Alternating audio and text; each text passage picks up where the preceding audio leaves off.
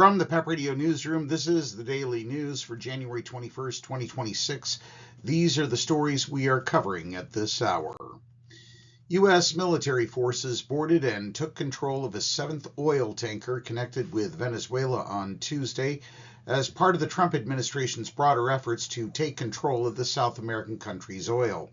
U.S. Southern Command said in a social media post that U.S. forces apprehended the motor vessel Saguita without incident and that the tanker was operating in defiance of President Donald Trump's established quarantine of sanctioned vessels in the Caribbean.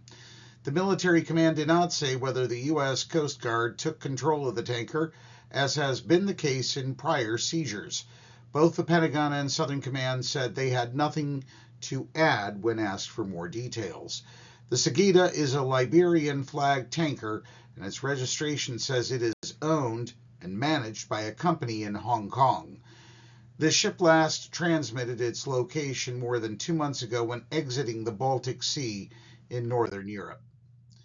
In other Trump news, President Donald Trump's pledge to provoke sweeping tariff fight with Europe to get his way in taking control of Greenland has left many of America's closest allies warning of a rupture with Washington, capable of shattering the NATO alliance that had once seemed unshakable. The European Union's top official on Tuesday called Trump's planned new tariffs on 8 of its countries over Greenland a mistake and questioned Trump's trustworthiness. French President Emmanuel Macron said the EU could retaliate by deploying one of its most powerful economic tools, known colloquially as a trade bazooka. The rising tensions concerning Greenland and threats of a deepening trade war between the U.S. and Europe caused global investors to shudder Tuesday as stocks on Wall Street slumped over 800 points.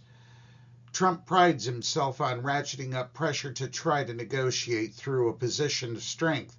He was leaving Washington Tuesday, the anniversary of his inauguration, for the World Economic Forum in Davos, Switzerland, a venue that offers Trump the chance to diffuse tensions as quickly as he stirred them up. But European leaders digging in and vowing to defend Denmark and its control over semi-autonomous Greenland may be trying just as hard to meet an extraordinary moment with a show of their fierce resolve. In U.S. news, a federal judge refused Monday to temporarily block the Trump administration from enforcing a new policy requiring a week's notice before members of Congress can visit immigration detention facilities.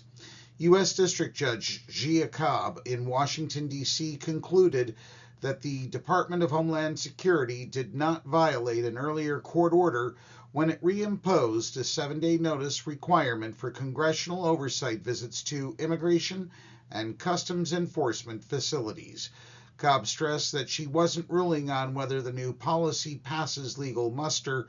Rather, she said plaintiffs' attorneys representing several Democratic members of Congress used the wrong procedural vehicle to challenge it.